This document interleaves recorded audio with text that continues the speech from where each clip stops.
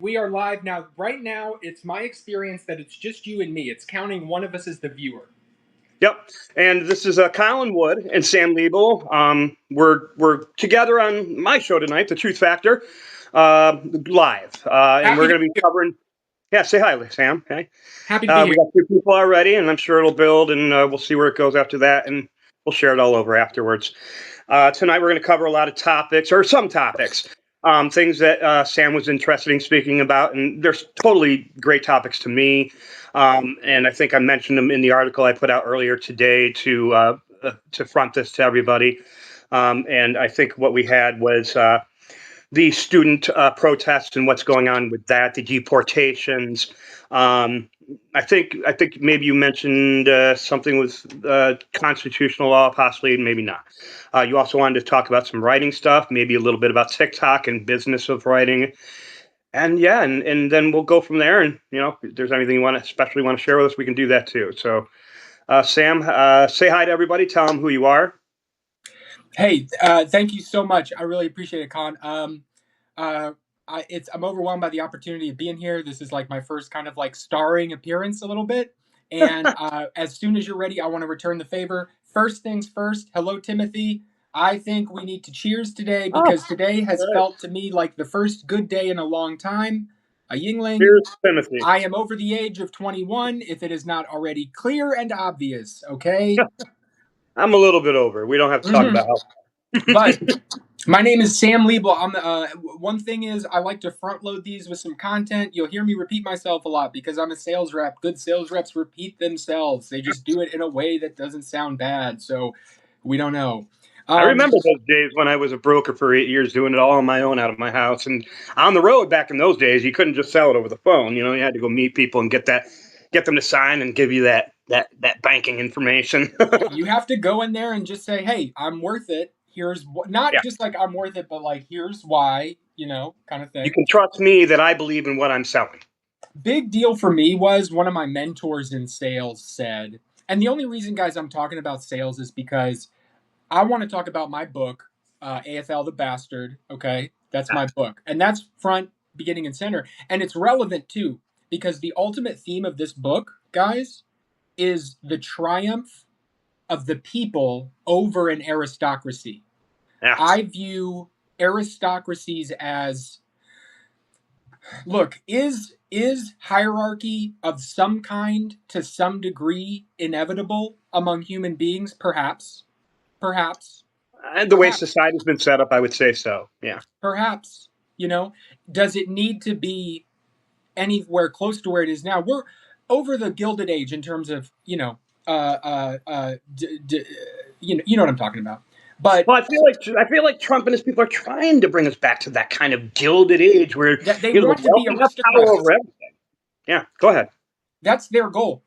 My book is told from the perspective of one of the most interesting characters in history to me, William the Conqueror, who Mm-hmm. was to them, to Peter Thiel, to Elon Musk, and we don't need to get into all that, because I know we're putting a target out there, Right. But to these people, they want to be aristocrats, and they're using the Trump administration as their vessel. The Trump administration is powered by animus, uh, Right. the basest areas of this country, and they are using it. And all this is to say that today, guys, there was a historic filibuster by the Yeah. Democratic senator from New Jersey, Cory Booker. Cory Now, Booker, that was listen, fantastic. if you guys know anything about me, you know that I will take the Democratic Party to task. Okay? But you know what? It's not an easy position to be in when you have to always make deals with the devil. Yeah. There used to be this Louis C.K. joke, and I know he got canceled, but there used to be this Louis C.K. joke where he was like, it was a bit where he dressed up like Abraham Lincoln. And I'm sorry if the gum becomes gross, I'm quitting smoking all that. But like, if a personal, no judgments. Didn't But even notice it. but he puts on like that beard like Abraham Lincoln has with the top hat, and he's Yeah. like, can you imagine like having to be Abraham Lincoln and like meet these guys, have like compromise with them, because it's like 1858, and it's just Yeah. like, like he's like, guys, I get it, it seems appealing, to like, but it's like Jesus Christ. But Cory Booker, the Democrat, the senior, I believe, Democratic senator, from the great state of New Jersey, a state that I formerly called home among the many places I have lived in my itinerant life. Nice for me And as well, a short period of time. Yeah. Pennington, NJ, represent. I live near Princeton, but never Oh, wow. never got Very. in. Princeton mailed me letters saying, "Don't apply. You don't fit into our kind of school. You're not a Tiger." You're On a serious note, the United States is imprisoning people without due process. This is real, and this is It is. happening. There are people who are. The U.S. has deported people. The Trump administration has deported people who are here legally without due process, and we do not know what is happening to them. And we already know that at least some of them are verifiably pretty much innocent. Yeah. Yes. And I don't want to get too far into that because I want to talk about. I want to add just one thing to that I heard today is that although they know that these people are innocent, they're not giving them a way out right now. They're not helping them, and they're not giving them any kind of due process to get back to where they belong. And the administration, by the way, has admitted that they got it wrong too. Right. We're in this bizarre situation of where they don't know what to do. They know that they've effed up, and that's another thing that I've noted about. Just be careful with the profanity. But they know that they've effed royally up. They've effed like biblically up, and but they're not smart enough to lie. Mm-hmm. Because they don't care. They think they have. I think they feel like they have a stranglehold on everything right now, and they can lie, and they don't have to lie. For once, the vagaries of the American electoral system worked in our favor because they think they've got a mandate, but they effing don't. I'm sorry. No, not at all. No. We know that 150 million people voted this time, 15 million or so, 18 million less than 2020, and that is less than half of the amount of people who can vote in the country as adults, which is between 330, 340 million people who can vote. Why they don't all vote? That's the big story, I think. That's something Democrats have to get into, because I think there are way more Democrats out there that aren't voting. You know, could not agree more. That could give us control back and stop this insanity. Could not agree more. And I'm saying let's use the Democratic Party as a tool for progressive interests, right? I'm not saying go be Democrats. I voted Democrat my entire adult, I cast my first vote when I was 18 years old for Barack Obama, Good for you. And I've always voted blue ever since. But I'm not just because I like donkeys, It's not because I hate, I love it. I actually like elephants probably more. It's because they're cuter, right? It's because I never understood why anyone would do that. So, I'm not out here saying, oh, Democrats, rah, rah, rah. It wasn't so long ago that the shoe was on the other foot, the Dixiecrats, So all I'm saying is let's have, there's a movement. Look, I am a writer. I'm a poet. I don't know where to put my energy and my anger except into work. Like this, like writing. I don't know what to, but if Cory Booker gets up there and he starts talking about, here's a message that you can agree to, and he happens to be with the Democratic Party, I'm in. Yeah, definitely. I've always liked Cory Booker. I think since he made it into Congress, he's a very stand-up man. He tells the truth as often as he can. Like any politician, he might say things that are, support more of a left view, when it's not always. And I'm a leftist. I identify as a progressive and a leftist on the international scale. Personally, I'm not saying that that's what you do, but that's what I do. I say, if you want to label me, label me. No. That's great. I've traveled internationally, and as I said, I lived I would have to call it a fake life of being a Republican for 16 years. I started watching O'Reilly in '99 by accident when I moved to Virginia. Had never really gotten into politics or watching news between being a teenager and about the age of 29. Those 11 years there, I was busy with my career. I was busy living in big cities. I didn't pay attention. I read newspapers. I kept it to myself, my thoughts. Then I joined that party. Then the towers went down in a city that I loved very much. And people forget what that was like. People forget what that was like. Right. I'm 35. I'm old enough to remember. I was about 11, 12 when that happened, watching from abroad in Germany. And, people forget what that was like and how people were affected by that, and how comedians like Dennis Miller, who are funny people. Do you remember Dennis Miller? I do. I know. I've watched Dennis A Miller. Yeah, funny I used man, to a see him funny on the man, radio. and a good. But he was. You noticed a difference in him Yeah, before and after like we are too hard on the people who were affected.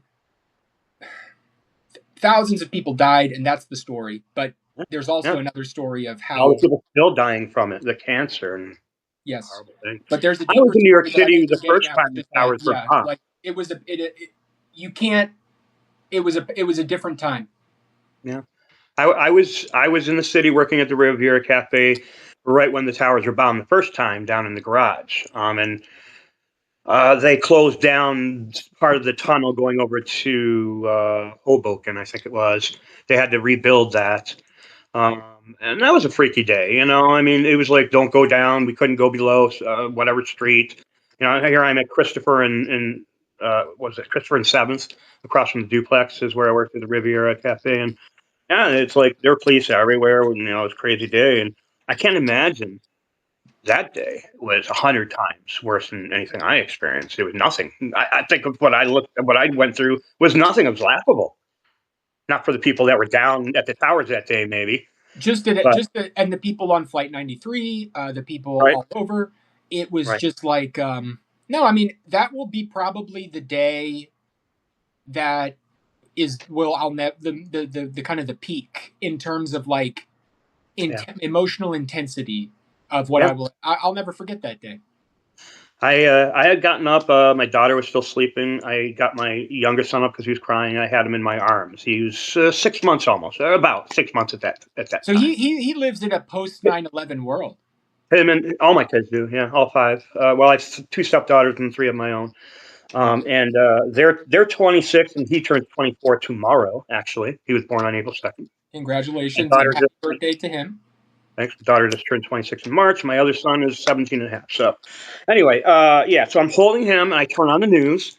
I'm standing in the living room, and I turned on right. I think that's after the first plane hit because I saw smoke coming from the tower. Yeah, we thought it was a fire at first. That was the reporting. I think I must have seen. I saw what I saw was that shot of the building where it looked like something went into it. I Oh, okay. opened space. That was the first thing I saw, and I just dropped to my knees, and I immediately knew what was going on. I knew it was a terrorist attack. It didn't take me seconds to start sobbing and holding my son tightly, scared. And as it progressed through the morning, more fear. I mean, luckily at the time I was living out in the countryside, nowhere to worry Yeah. about at that point. But still, look at what happened in Pennsylvania. That plane crashed in the countryside, It did. and those poor people, they gave their lives to save other lives. And that is something I think people are forgetting in America right now. All this hate and division. We came together that day and we realized that sacrifice is something we do for each one of us in this country and not in tribes and division. We came together as a nation and we saw each other, we spoke to each other pre smartphone age and you know Yeah. yeah. So going back to two things you said, progressiveness. Right. I was a progressive liberal before I became a Republican for 15, 16 years.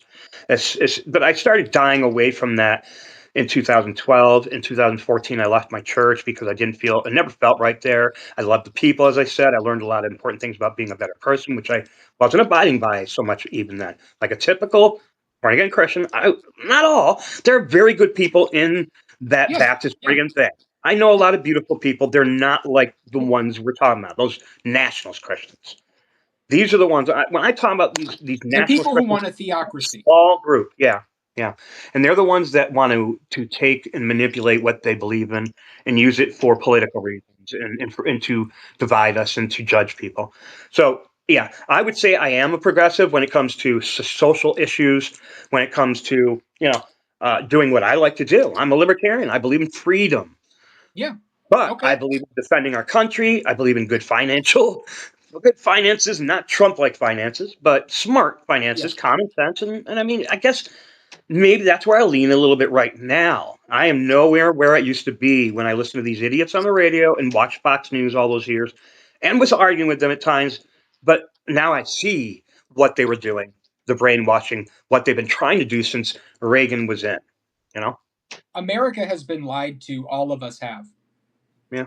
And that I don't mean to say like we don't bear responsibility, or at least I mean, I do. I was just in this world. But all I'm saying is like there Yeah. was Hillary Clinton had it right when she said that there was a vast right wing media conspiracy. Oh yeah. Yeah. It was, and this is documented. Yeah. If I've been people writing don't about that believe for me in the 10 years. chat, then you Yeah. can. And welcome everyone. Welcome Timothy. Welcome Jonathan. Hi, everybody. Jonathan, I believe Glad you to have two. you here. Oh, I'm sorry. I just wanted to say one of the big things I love about lives is kind of the interaction that you get between people. And even though we've only got a handful of people on here, not many, but I wanted to say I love that all lives are recorded. So like our thoughts are going to be here, and I can Right. kind of go in here and take it, and then maybe make an article about it and post it Yeah. without too much effort. And it's all. We've got this AI thing going on, and it's just all human to human to me. I mean, at the end of the day, there's got to be two humans at the end of it. But I'm sorry. I know. I agree. I have no problem talking all the time. No, I agree. That's what you're here to do, man. You're here to talk, and Yeah. so I'm with you. I've been a Democrat again since 2015. Once Trump decided he was running, I immediately changed back. Plus, Yeah. I voted for Obama the second time because I realized what a beautiful and brilliant man he was. And I haven't wavered from that. I've been writing against Trump for 10 years myself. Hey, And Nicole. hi, Annie. Good to have you. Whenever I think the lives kind of work well when it's cool, like where the person not talking kind of like just maybe waves and says, "Hey," like but we don't have to do it that way either. Yeah, well, I just like to be relaxed and go with the flow. Annie subscribed to me today. Thank you, Annie. I'm starting to finally get some paid subscribers, which is cool. But free subscribers are just as great, and the followers. I gotta go pay for you. What I'm gonna do after this is I'm gonna buy a yearly plan if I haven't already, because I want to normalize paying like whatever your plan is. It's like us going out to dinner and me picking up the bill. Yeah, right. Yeah, Like I want to normalize this. Yeah. Okay. Yeah. Right. Like, don't I went out to eat with my family the other night, and the bill was $200, Mm-hmm. and we weren't going somewhere that fancy. Okay. Yeah, it's getting expensive. Yeah, that's expensive. That's and I'm just saying, like, what? Anyway, I'll shut up. But go ahead. Well, the other So thing I'm that going to make this you brought commitment up. here and now. After this ends, I will be a paid subscriber to the Truth Thank Factor. you, Annie. Thank you. That's very kind. Because it's not expensive. Right, it's $5 a month, $50 for the year. I'll be a $50 subscriber. Oh, thank you. And hey, next month I'll up mine to a year myself. As you know, now I'm on a tight budget until next month, hopefully. So I also want to go back to, you mentioned you lived in Germany at some point. Can you tell me more about that? Because I lived there a few times, and I was a star there for a period of time too. I feel like it's synchronicity, like we're firing on all cylinders, it's all connecting. So I lived in Rheinland-Pfalz in a small town called Deidesheim. My father worked for BASF. Are you familiar with this company? Yeah. BASF. I remember seeing that around. Yeah, I remember the letters. Yeah. They were like the 3M of Germany. 3M, like supply company. Chemical company mostly. Like my dad did herbicides. And so the point of all that was they're based in Germany. They bought the company that he worked for, and they were like, they pretty much fired everybody, but were like, he was a senior guy, and they were like, hey, you're somebody we want to keep an eye on. Would you like to come work at headquarters? Right. And he was like, well, I could either go have this crazy adventure or get fired. So herbicide, yeah, I'm going to go to Germany. And it was also kind of a promotion, but we were not expecting it. But we were taken out, and I growing up as being American fundamentally. Yeah. Growing up for a period of my time abroad, and watching especially the early war on terror be prosecuted from abroad was very formative for me. And then moving back just in time for high school was also tough. But we were there. We were in my brother and I, my family, we were in the German public schools. We were enmeshed. We were in it. It was very much embedded in a different culture. So very formative kind of thing for me. How many years were you there? There for remember? 4 years. So you had to learn. You had to have learned a bit of German at the time, right? Ja, ich kann Deutsch jetzt flüssig sprechen. Ah, und du sprichst besser than mich, I am sure. Sicher, sicher, sicher, Dicker. Sicher, sicher. Yeah, Ja, I mean, I sang the show in German. I had to learn to get along there for the year and 3 months I was there, and I've been there twice. But I've studied the language some more to try to get more of it down. I've always wanted to go back, live there, I work wish we there. lived in France, though. I would love to be able Mhm, to speak fluent French mhm. or Italian or something like sexy like Yeah, that. Because now, yeah. if I want to like impress, so it's just like, yeah, you know, it's not the sexiest of the languages, you know. I love French. We got to stay in France on a tour I did I before would rather because Starlight. I like you know I want to be like over here like the point of all of this is the matter is the cow and What do you want to do tonight in the you city? Americans and you are Hey, you need to settle down now. You take them around, you show your parents. Americans. You do not understand. This is getting bad. I need to shut up. We're starting to get into like bad areas. So All right, yeah, but it's well deserved. American, they come by it honestly. Americans have a well deserved sure. reputation as idiots Reputation abroad. over in Europe. They sure do, especially France and Germany. I mean, it's funny. Germans actually love America. They all want to come here, so many of them. French, not so much. You know, a funny story about Germans coming to America is when I used to be like a corporate drone, I would rent cars all the time. And so what I did was I remember like my first few business trips going out to Los Angeles and all the Germans would be there renting cars at the Hertz office and they would all like I went to Los Angeles it's just like over like and always like there was like every now and then there'd be this German family that was there and I would think like they'd come over here and be like, yeah, we will only take the Mercedes. It will only be we'll Right? only take the Porsche. You know, it will not be on that. But they would come over here and be like, yes, could I please have the Camaro? Could I have the Wow. Camaro, please? They want to drive American vehicles. They Yeah, want because you don't get those cars American anywhere American. else.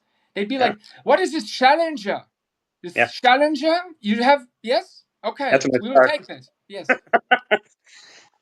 And they love American clothes, the jeans. I don't know. and I'm hey, sure I go don't think France, they and have the jeans Lacoste, over there. Yeah, and Gator. Lacoste." Yep, I used to wear that when I was in high school. That brand. That was when it became popular in the '80s. Thank you very Nice much. day. I graduated '87 from high school. Nice shirt, Spader. James Spader, you're funny. James Spader's the man, though. He's a great actor, man. I love him. And I'm sure you've seen Lesson Zero, right? Way back with Oh yeah, Robert Downey Jr. Ooh, what a movie! What a movie! Robert Downey Jr. Huh? Mm. You do great personalities, man. I like them. I like that's. I'm working on him. I like the Talented guy. guys. I'm Iron Man. That's a All right, we probably should refocus for these people watching.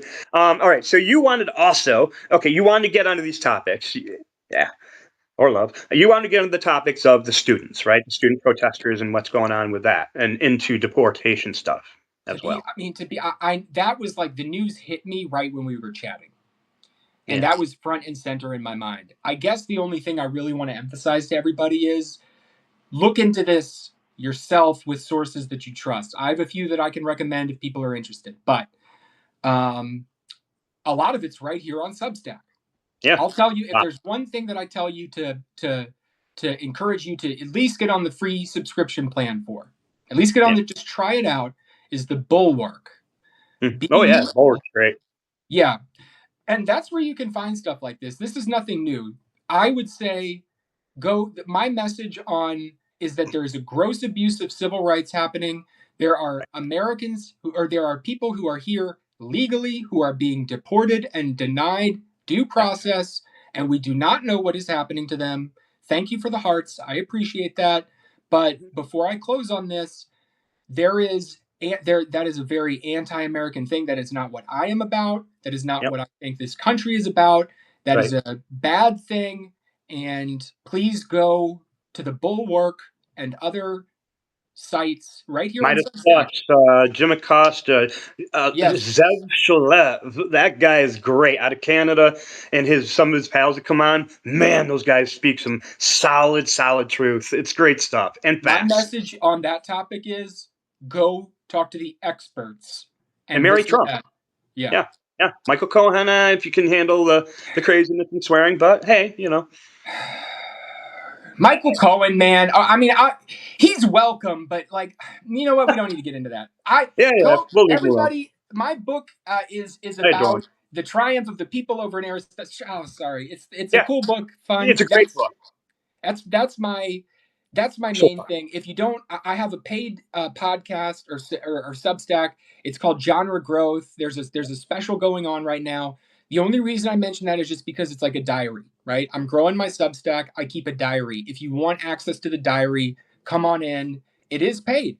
I'm Gotcha. gatekeeping it. I'm going to be upfront with you because tomorrow night I get to go out on a date and I get to pay for it with Substack money. I And shared that in the article earlier. I put your website in there. thank you very much. Thank you for Sure. that. Yep. There and if that's not the kind of thing you guys want to do, that's okay too, because the Oh, novel is free forever, always. Please, note on that. and all I'm you need to sorry. do is subscribe. You just tap my name and tap Truth Factor Colin's name up in your upper left hand corner, and then you're subscribed. And choose the free plan if you want, but also check out the free trial 90 days. I forgot. I did go to put it in the article, but for some reason it was being blocked. They were telling there's no such website. I'm making Substack is breaking kind of under our feet right now. I Yeah. scheduled chapter 7 for tomorrow of my book Okay. AFL the Bastard. I scheduled it for tomorrow because I have this weird process where I get everything kind of here, Mhm. and then I kind of like go through it as I post up on the thing, and then I'll schedule it because otherwise it's just going to stay in here and it's never going to come out because I let the great be the enemy of the good so much. So what I do is I get it until I can't do it, and I time it, but it was broken. So everybody has a sneak peek behind the curtain into Yeah, the you've been reading it to us. process. You You've can been see reading it to the us, folks. It's a great story. It rumbles and tumbles along, which I love, and it's beautiful prose at the same time. But it's not overly descriptive, but descriptive just enough to to to create that film picture in your own mind, so you can see what's happening unwinding inside your head. It's I love the story so far. I really do. well. Yeah. Thank you so much. I appreciate it. What Oh, and you what inspired me. You inspired me to start last night. I wrote my first half a chapter of a new book myself on Reedsy. Reedsy, another day, another platform, and I just want to say that I'm probably gonna get ready to sign off about quarter till, if that's okay. Okay. Sure, yeah, no Is that problem. okay? I mean, I know I committed an hour to you earlier, but I kind of want to go check out TikTok. That's another thing I want to message people about is I think that the future of genre fiction can be the future of all kinds of content on Substack, and Yeah. that even though I'm out here trying to grow a fantasy novel, that the principles will work for you. I'm convinced of that. And one of the main things that I'll just throw out there right now is I don't think that your audience or my audience, there's some of them here, Mhm. but they're out there. And we Right. need to, Yep. and I'm not, Substack will inevitably get sold or IPO and whatever. But this is your daily reminder to export your CSV files of all of your email addresses, to Always. save Yeah. them in a secure place so that if anything ever happens, you'll see this again and again from me in case, Substack starts blocking stuff or gets taken over or whatever, or they Mm. just start selling our data. Just Cool. go off into your own domain. I'm samliebel.com. That's my website. And always you can find AFL the Bastard. Only the first 5 chapters are up there right now. But if you don't even want a Substack experience, go to my website. It's ad free. It's HTML and freaking CSS. Okay. This stuff is a page in the sky and it's going to be there forever at my name. So go there. It's free. Excellent. It is the fantasy novel of the people.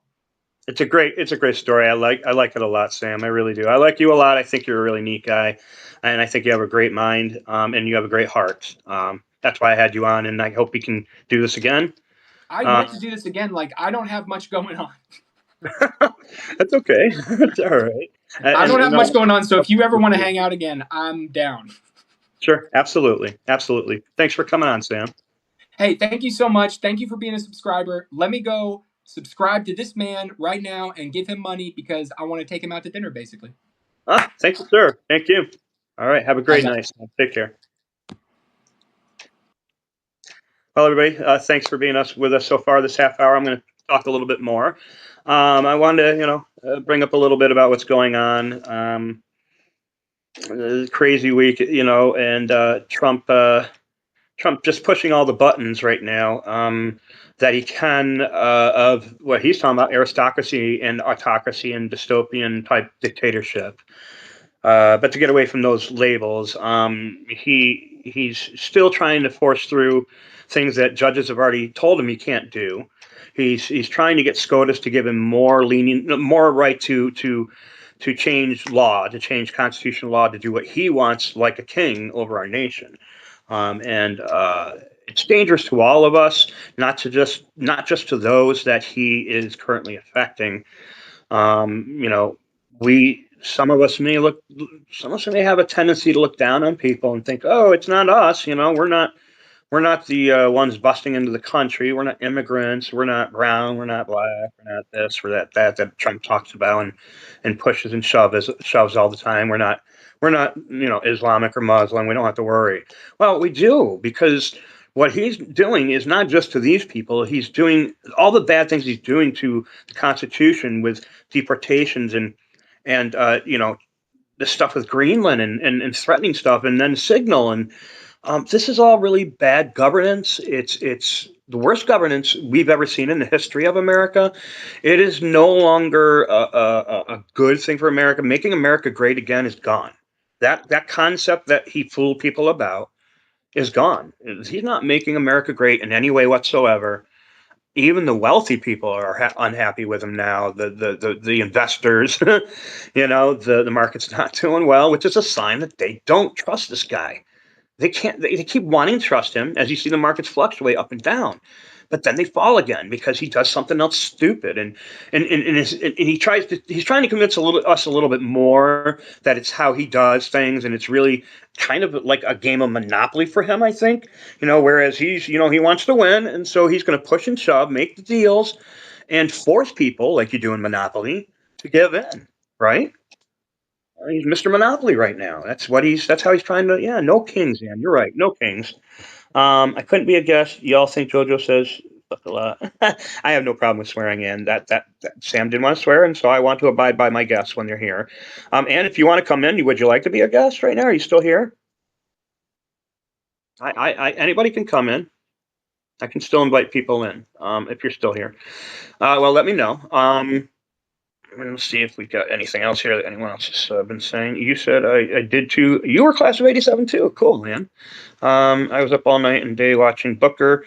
Oh wow, I would love to hear if you're still here and you watched a lot of Booker. I would love to have you come on actually and tell us a lot of what you heard and what you think, if you could, or at least chat about it here.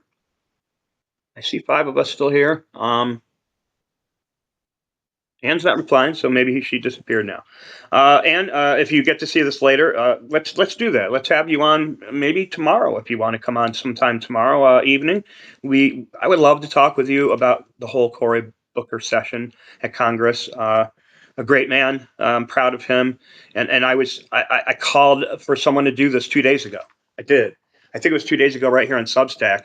I think, or it might have been on X. I called for someone in Congress to stand up and filibuster for a long time and to make it clear that we are not going to allow this. Oh, cool, Ann, you're still here. That we are not going to allow this in America. And someone did it. I know probably had nothing to do with me, but someone finally did it. And this is what we have to do on April 5th. And I really hope I can get there. It's not looking good for me financially to get down there, unfortunately.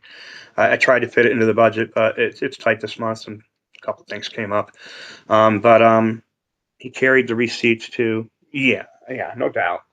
And but I'm gonna be a part of April 5th, and as much as I can, I might go down here in my own town and maybe go live from there. I think that's going to be my plan. Hopefully, it'll be a decent day here in New York. Um, so, Ann, yeah, text me if you can, or DM me. Why don't we talk about maybe if you're interested? I know a lot of people don't want to be seen.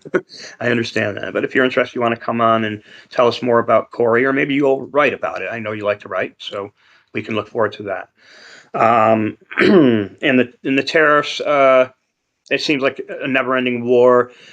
This is what happened These tariffs are things that start wars. They have been part of big wars. And now we've had Trump threatening, that he's going to take Greenland by force if he has to, that they're going to protect Taiwan from China. But they're moving, I guess, from what I was listening to today on, I think it was Tom Hartman or Zev Shalev, they are moving most of our American forces actually kind of away from the Middle East now up into the Arctic. So there's some kind of big plan going on up there, and that's a scary thing to think about. What is it that they're planning on, the Trump administration and Hegseth and the Pentagon, that they're starting to move the major amount of our forces up into the Arctic area? And that's Russia. So what are they up to? Are they trying to create some major new allyship up in Greenland together to control the world and take over China? I don't know. These are just all guesses. I'm trying to make educational guesses here. Moving towards Russia, yeah, we're doing something with Russia. Whether it's we're palling up with them or Trump's faking his palling up with them, and he's preparing to take them on if they don't do what he wants them to do. And I mean, he has shown apparently a little bit of angst over Putin continuing to bomb Ukraine and not take the deals that Trump's trying to make for them, and it's making Trump look bad. So of course he doesn't like that, and if Putin keeps doing that, I'm afraid to see where that could go. I'm afraid where Trump's anger might alter there, and he flips suddenly and is like, okay, we're at World War III with Russia now and China together. North Korea will try to step in, but we know they can't do a whole lot. They didn't fare very well against Ukraine with their armies and their bombs. They can barely make it into the ocean. Bumper is too much of a wimp. Oh yeah, yeah. That's the thing, though. Trump is always seems to back off when the heat when the heat comes on and it gets fiery and people start pushing back hard against him. He'll push back. I mean, I'm sorry. He'll fall back a little bit. Canada's pushing very hard. They don't plan on giving in to Trump in any way. Sorry, it's late at night, so some of the words that would normally come to my mind early in the day are not happening. But he would, Canada's not going to give in to Trump, and I love that. I wish some of these other countries wouldn't, like Mexico, and Ukraine is in a different position. Much smaller country, and I feel bad for Zelensky and his people that they're being forced to probably cede to things that they don't want to, or give in to things that they don't want to. It's sad, but they have to just to stay alive and to keep their nation and their nationality going. Without being wiped out, like what is happening in Gaza. And those poor people. It's a horrifying thing happening there, and it just doesn't seem to stop.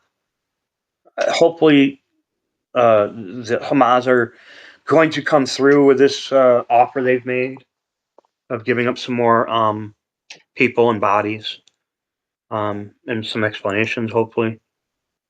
But as we know, Netanyahu and a lot of his people are facing some serious trouble when this war is over, and they want to avoid that for as long as they can, undoubtedly. So, well, folks, wow, we're up to 8 tonight. Hi, Brian. Good to have you here tonight. No matter what Ann says, no matter what, a Putin is not going to stop until he gets everything he wants. It feels like this has been a slow build for Putin ever since he took power, but really way before when he was in the KGB. I think he was already planning and his what he was going to do decades ahead in his mind. He's not a dumb guy. He's actually pretty brilliant, and he he survived in Berlin and then came back to Russia, and they moved him up the ranks, and all of a sudden, boom, this young skinny guy is being moved into presidency, and he wins like bam, and I think it's just all been part of the model for the old USSR to try to come back and shut out what happened, how they lost, and to regain what they had when they were USSR, which it was never anything good. It's not like Stalin really had that much power. I mean, he murdered hundreds of thousands of people by starving them, and Lenin I mean, we had a couple of decent guys in there for a while, Gorbachev and what have you. But now we're back to this KGB USSR style leadership with Putin, and I do think it's been long planned. Dan, I think you're right. I think it's his goal to take over all the Baltic states if he could, and who knows how much further he would want to go. I don't believe that's something Trump would want or allow. But the man's so foolish is he doesn't understand that if he does allow Ukraine to fall, that's just the first domino. And then he's giving Putin that leniency and that little leg step forward to say, oh, well, yeah, I can get away with this. And so I'm going to do more of it. I'm not doing my accent well now, but I think, Trump has to be careful in the game he's playing with Russia and with Putin, um, and and get a little tougher against them and stop the little babyish games he's playing with our allies and the people that we care about and have always cared about and have always been a part of us and backed us. They're going to try and starve us now. Boy, you're bringing up a rough topic there, Ann. Yeah, the food thing going on, the prices going up, food shortage.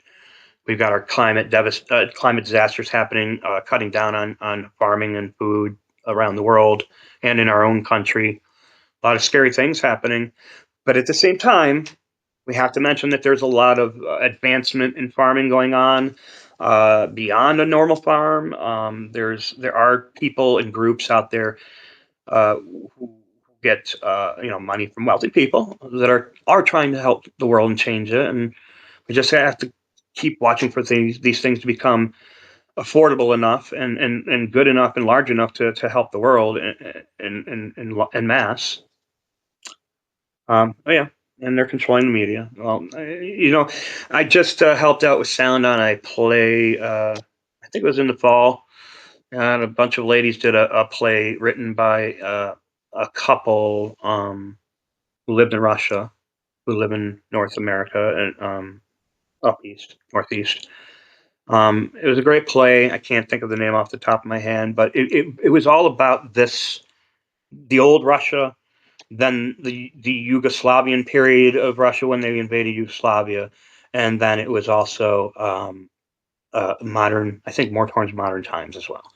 But it was a mix of these women who were involved in these three periods of Russia, who could interact with each other through time, and what you got to see was how the people of Russia and their citizens and those who believed in their government, the way the MAGA believe in Trump, and were used and lied to, and how their news groups confronted them with fake stories and lies for decades, and brainwashed a nation of young people who wanted a better Russia, who wanted the old country to come back, but then were taken over by a communist USSR at the time, and they had to survive through all that. So they had to take that childhood wish mixed with their brainwashing throughout their childhood and teen years, and then try to survive through the USSR times. Then when the USSR fell, they had all that stuck in their heads, and they became a very confused people. Now, a lot of them see what's going on, and they are not happy themselves. They don't like what Putin's doing. They don't back him. They don't like their sons going off to die one after the other by hundreds of thousands against a small little tiny country who Putin can't seem to beat. And I think that's because, there's good and bad in this world. And there's something that protects the good at times in this world. Not always. Sometimes, I think in some of the most pinnacle moments in history, good has won when it had to win. And maybe that's hopefully what's going on in Ukraine. I wish it would happen more down in Gaza. And I certainly wish it will happen with Trump and his administration and his cabinet of circus players and clowns. Well, anyway, folks, it's been 45 minutes. It's late for me. I am a bit tired out of an active day today, so I appreciate you all being here. I'll share this, and hopefully more people see it and listen, and we'll keep growing. And I really appreciate you here. Um, Leveling Gaza was, I think so. I think that was Netanyahu's plan, and the right and his right cabinet there in Israel all along. I think we're able this when this happened it was October 7th, 2 years ago almost. I think they were not happy, obviously. I'm not going to say they were happy what happened, but they were definitely enthused that it was a catalyst for them to finally go and do what they wanted to do with the sport of America fully behind them in other countries. So yeah, a lot of sad things going on in our world right now. It does seem like we're in the midst of World War II again. I mean, people want to say we're not in World War. I mean, in a way, we are. We're involved. We're dropping bombs. We're doing drones. We're killing people ourselves and the Houthis, and we are involved in World War III already. It's just a different kind of war now. It's not the ground wars that we saw in the old days. Although that's still happening in the smaller countries who can't afford the defense that countries like America, Russia, and China have. So there you have it, folks. The truth factor for tonight. I'm so happy I had my guest on, Sam Liebel, tonight, in his book, Ethelred. Ethelred the Bastard, I believe that's it. I hope I got that right, Sam. I've listened to him read a couple of those chapters in his lives. I'm excited to get the book myself as soon as I can. And he's a really cool guy. Thanks for watching tonight. Thanks, Ann. And all have a great night. Bye.